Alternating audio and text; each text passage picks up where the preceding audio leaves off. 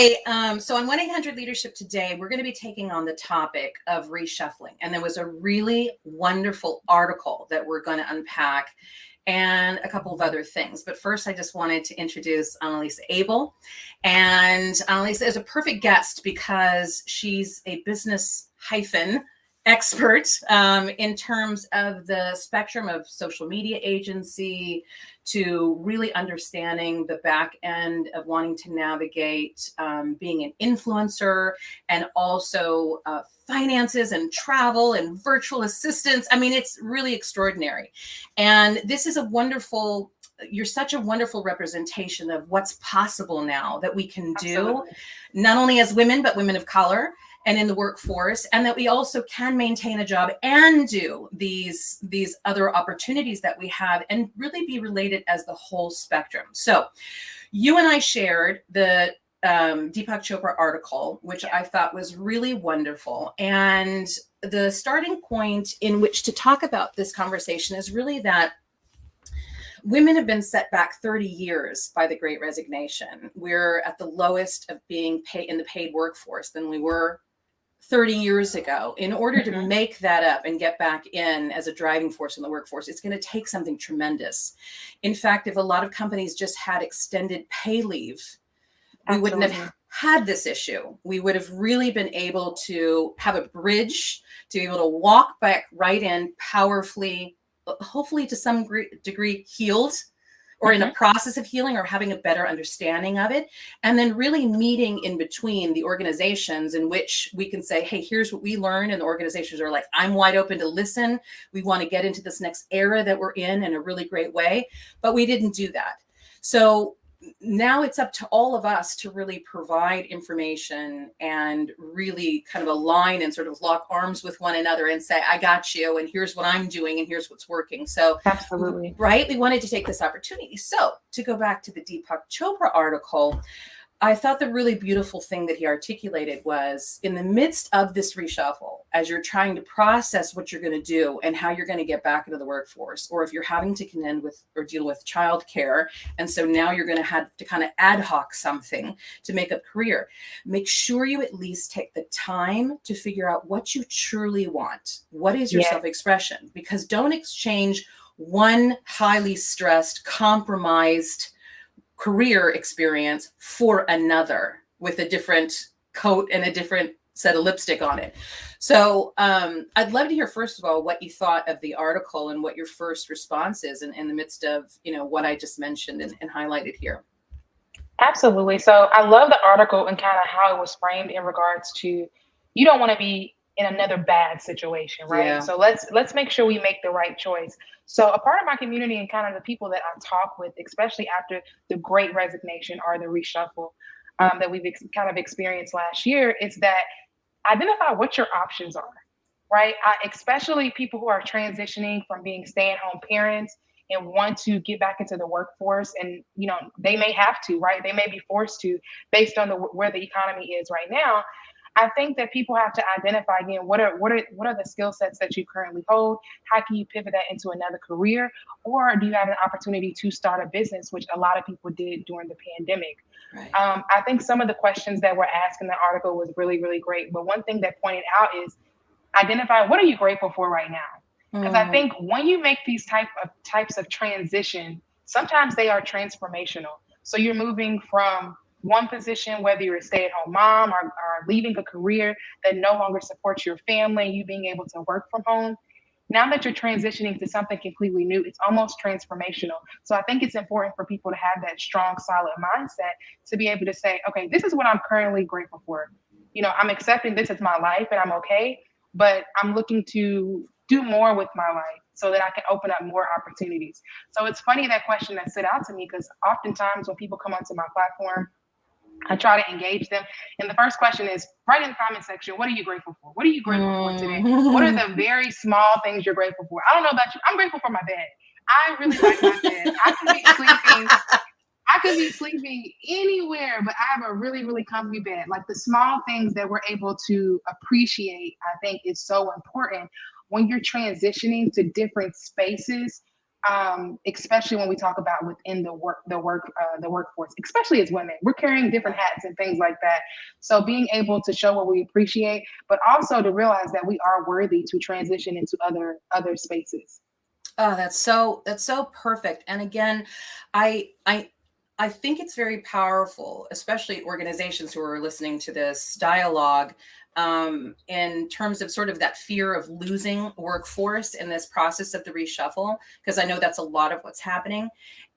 Is to start to really dialogue people again, to be able to have a career, to do things on the side, or maybe to look at part-time work as an option, or maybe to create sort of within the communities that those businesses lie in, whether it's remote or not, and different demographics, to start to say, what ideas do you guys have that can provide for our organization that we can be far more flexible with? We can work in with how to transition you back over time into the workforce, but that you'll have some kind of touch point and some financial gain along the way that's sort of, laid out along the way. So I'd love to hear from you. What was your aha moment, and how did you transition into this cornucopia of really awesome things that you're doing, and how is it all held together so it doesn't occur for you like you're doing so many things, you're pulled in a lot of directions? I know I asked you like 3 questions all in one, but I know that you can handle that. You got that. For sure. So I think a lot of things that occurred during the pandemic, or in the midst of the pandemic, one thing that it gave us was time. It was a period where we were literally locked in our homes. Yes. And for people who may not have a family or don't have children, you really were left there to just think. And during that time period, there were a lot of things going on within our community from a social justice standpoint. And also people being laid off for their jobs or being furloughed for their jobs. So it gave me an opportunity to think that, one, you have to identify it. Are you working for the right company? Are you working for a company that truly supports your overall vision and how you operate from a day-to-day basis? But also it gave me an opportunity to think about, if my job let me go today, would I be okay? And I think that's an honest question that people have to ask for themselves. My background, I'm excellent with budget. I used to teach people how to pay off debt. So from a financial standpoint, I was okay. But again, if my job let me go today, I would still have time. And what would I do at that time? So during that time period, I had an opportunity to work as a virtual assistant while still maintaining my 9-to-5 job with the client. And from that, it really gave me additional opportunities to learn about what is out there. So I began to put myself out there a little bit more from a social media standpoint. And I am, I tell people all the time, I am definitely an introvert. I'll be social for about a good 30 minutes, and then my social battery dies down. But I did force myself to be a little bit more social, even on social media, to kind of expand my virtual assistant business. So I went from one client to a full-fledged virtual assistant agency, and now I kind of teach people how to start their own virtual assistant business. Wow, that is really incredible. First of all, I love that you mentioned that you have such an acumen for finances, because I think that is something that largely for women, and then especially in different demographics that we contend with, is that many of us weren't raised with being very budget conscious. And there's only a few topics in the world that people don't want to talk about it. And top 3, and one of them is people's finances. Nobody wants to talk about it and pull back the veil of their finances. It's a very uncomfortable thing. Nobody wants to weigh themselves. Nobody wants in front of other people, and nobody wants to talk about their finances, right? Numbers are like, ugh, because you can't skew it. It's real. So I think that is another great thing in the Great Reshuffle and in this transition, is to be able to hone in and say, what solid foundation do I have, again, as I'm making these decisions, as opposed to, I've got to get back into something, I've got to rush and do something. And you may potentially be digging a deeper hole for yourself if you don't set up something that's really powerful. So what is tell me, what is the process that you feel that, in terms of, let's start with a woman who's in a position right now. She hasn't been let go, and she really wants to add something to her career, an additional financial income to her career. What is the steps that you would advise? I'd say identify what your current skill set is. You may be very knowledgeable. You may be an expert in a certain space, and there is someone that is willing to pay for that service or whatever you're an expert in. I always say there's so many opportunities out there for people to make an additional stream of income. They just have to identify if they're willing to put themselves out there to make money, but also what are you willing to sacrifice? Because I think some people don't realize you have to sacrifice something, right? It may not be a lot of money, but are you willing to sacrifice time so that you can make a little bit more money on the side and be able to kind of monetize your skill set? So the first thing I tell people is to identify what qualities and skill sets you have. Take a look at your current resume as an opportunity for you to assist small business owners in a certain space, in a certain skill set to make money. Can you be an affiliate marketer? Can you be a virtual assistant? So it's a lot of things that I think some people are actually unaware of that they can do to kind of monetize things they already know how to do. Oh, that's perfect. Okay, so let's say that it's someone who doesn't have anything right now and they're contending with childcare and they're right now actively, let's say on LinkedIn, looking for some kind of option somewhere that would be able to. Is there anything different in that advice that you'd give them at a starting point? I would say the method and how they assess their skill set would be exactly the same. You may not have a resume to look at, but I really want you to take a notebook and say, what do you do on a day-to-day basis? What are things that people have come to you for that you do well? They may have not paid you for it, but you're the go-to person for that space.